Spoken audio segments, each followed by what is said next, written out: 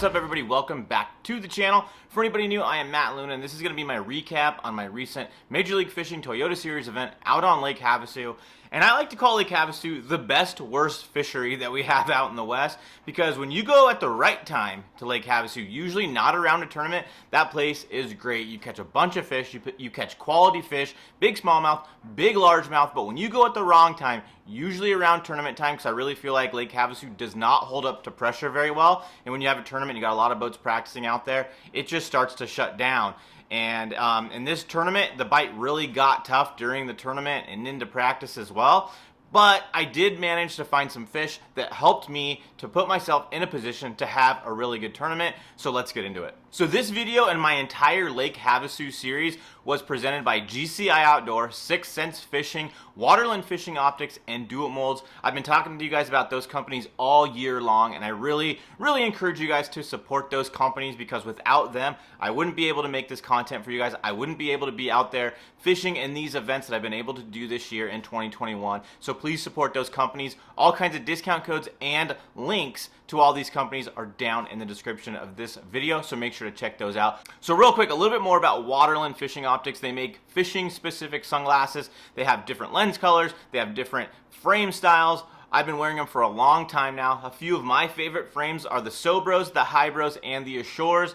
One of the go-to lens colors that I have is the green one. I have all the different lens colors and they all have different purposes, but if you're gonna go for one, I would recommend the green color first. So go over to waterlandcode.com, use my code LUNA15. It's gonna save you money on the sunglasses, the apparel, the dry bags, all kinds of stuff that they have available on the website. So use my code LUNA15, it's gonna save you 15%, and anything over 50 bucks, you're getting free shipping as well. So we're going to start off this Lake Havasu recap by talking about practice, because if you don't know what I was doing in practice, you're not going to fully understand why I was doing what I was doing in the tournament itself. And while I'm talking about practice, let me know what you guys think you would have done to start off practice, what areas of the lake you might have started fishing in, or anything like that. Just let me know what you guys would have done if you were practicing for this tournament. I gave myself 5 days for practice, which is a little bit more than I normally have for these tournaments. Lake Havasu is a little bit closer to me, so I figured might as well get out there a little bit earlier, give myself a little bit extra time to go out there and practice. Pretty much everywhere on the lake was a grind. I started off in the Bill Williams, I fished Main Lake, middle part of the lake, and I fished up in the river. I caught fish in pretty much all the areas, really except the river. The river bite for me was horrible. I'm sure guys went up there and I'm sure guys caught fish up in the river, but I had nowhere to go up there except for a few little points and stuff like that that I like to fish occasionally. But other than that, I had really nothing to go through in the river. So I essentially wrote that off because all of my bites were kind of pretty much coming Main Lake. So a few of the bites that I found in practice were on a jig, a crankbait, and a chatterbait. I had a chatterbait fish that was one of my best fish that I caught in practice. I didn't have it on video, unfortunately. It was like at 6 o'clock at night on one of the practice days, right before we were getting off the water, and I hit this one area and I caught a fish on a chatterbait. So I definitely wanted to keep the chatterbait honest come tournament time, but I didn't know how it was really going to unfold on the chatterbait, but I knew the jig, and I was really relying on that crankbait to really catch me some fish in the tournament. So now we're going to move into the actual tournament itself. While I'm talking about the tournament, let me know what you guys think you would have done going into the tournament based on what I told you about my practice, or what you know about Lake Havasu already. And real quick, if you guys notice the shirt that I'm wearing right now, this is one of my merch items that I have available over on my merch site. The link to my merch site is in the description of today's video as well, so go over there and check it out. If you want to get a shirt, I'd love for you guys to get one. But let's get back into this recap and let's talk about the tournament itself. So going into the tournament, I was really cautiously optimistic about how things were going to go.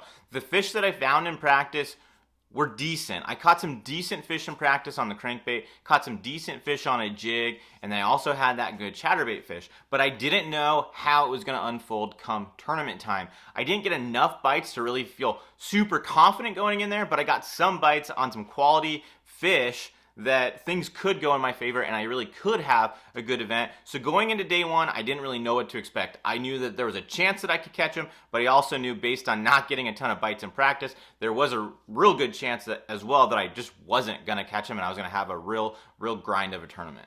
So on day one of the tournament, I was running to my first spot, and when I get there was a boat already on it. So I immediately got out of that area and then went to basically my secondary area. It was the spot where I had my good chatterbait fish in practice. So I started throwing the chatterbait around, and really quickly on this spot, I ended up catching my best largemouth of the day. And I really was expecting that fish to be a bonus fish, and I was really relying on my crankbait to be able to go in after that into a little bit different areas that were close by and really pick up another fish or two, because in practice that crankbait bite was consistent. Pretty much any time when there was low light or some shadows, I was able to throw that crankbait around and get bit. So I didn't want to hang out in that chatterbait area too long because I didn't know really what to expect in that area, because I only caught one fish in practice in that area. And I also needed to run my crankbait water because I had some good fish in practice on crankbaits. So I didn't want to abandon that completely because I felt confident that I could get some bites, and I was really relying on the crankbait to get me some bites in the morning because I wanted to take advantage of that low light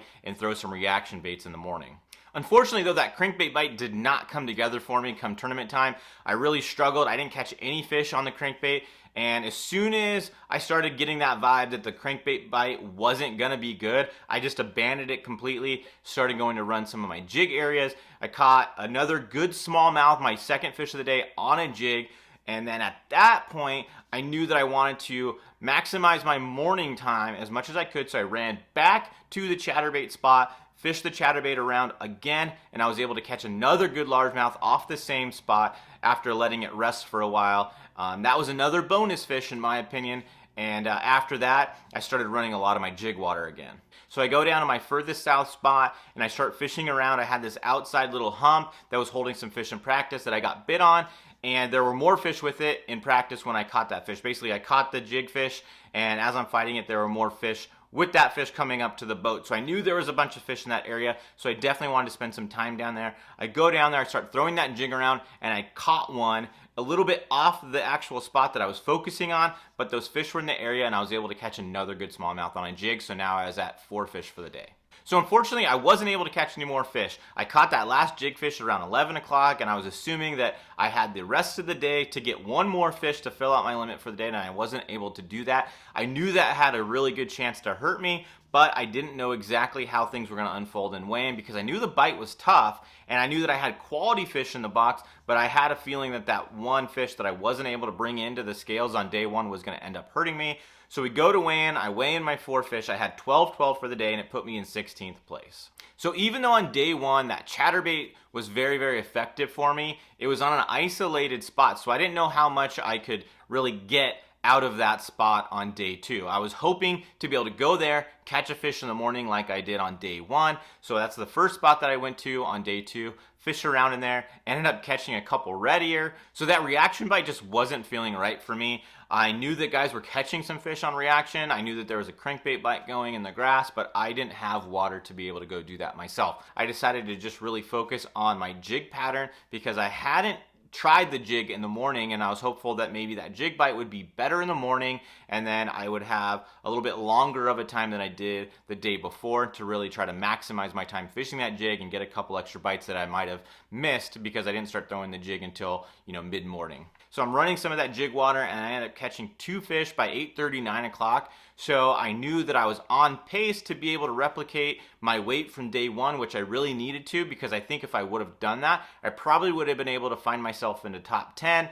And if I would have been able to get a 5th fish on day 2, I really was confident that I could get into that top 10 and fish day 3 and have a really, really good tournament. So I kept fishing that jig. I'd run to different spots, and I got some short bites, but I couldn't get those fish to really commit to that jig and really get a hook in them.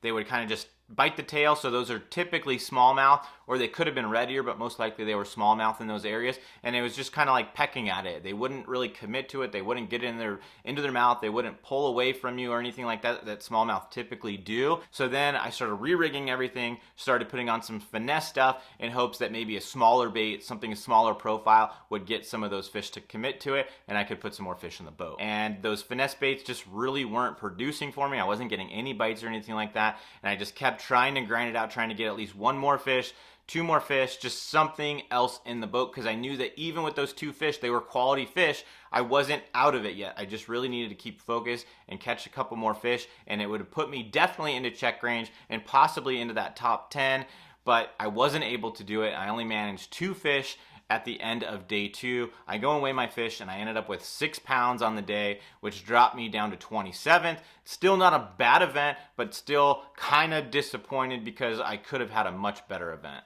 So guys, I think now we're going to be getting into the most important stuff that's going to benefit you guys the most in this video. And we're going to be talking about what went wrong and some things that I think I should have done differently. And guys, if you've been liking the video today, make sure to give it a thumbs up. If you have any questions, leave a comment. And please subscribe if you're new to the channel. Let's get into talking about what went wrong in this tournament for me. So the biggest thing that went wrong for me in this tournament is that I didn't have enough areas to go to.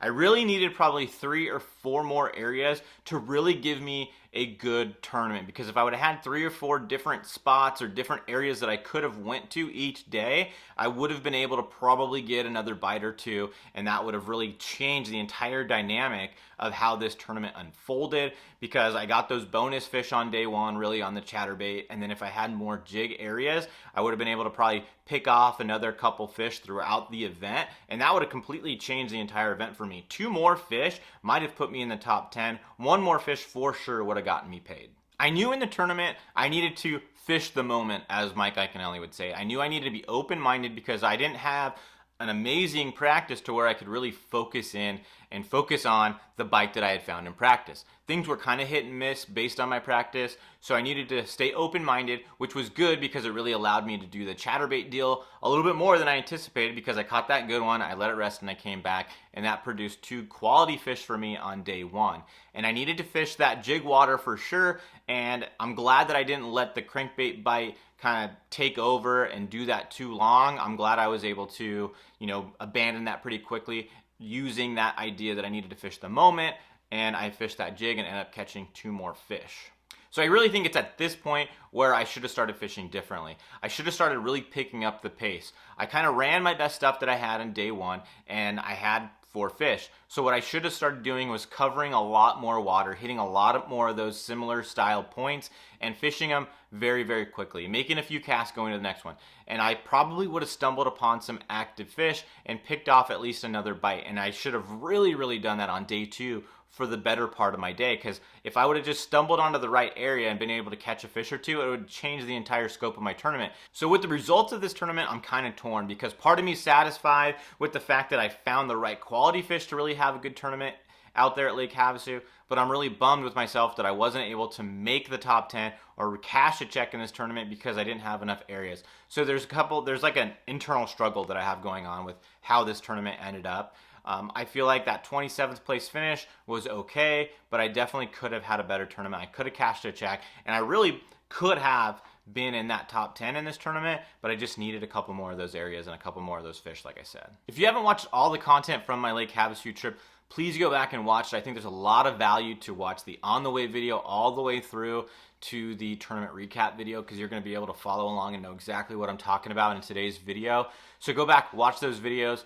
And also, guys, I gotta thank GCI Outdoor, 6 Sense Fishing, Waterland Fishing Optics, and Do It Molds. When I say that I wouldn't be out there fishing these events without them, I'm 100% serious. So please support those companies. Use the discount codes, use the affiliate links that I have in the description of this video, because it's the only way that they know that I sent you. So please use those codes and use those links. It really, really helps me out. Looking forward to 2022, but we still got a lot more content coming your way the remainder of 2021. But I don't know what 2022 is going to look like just yet, but I'm excited to get there and excited to be back out on the water as soon as I can.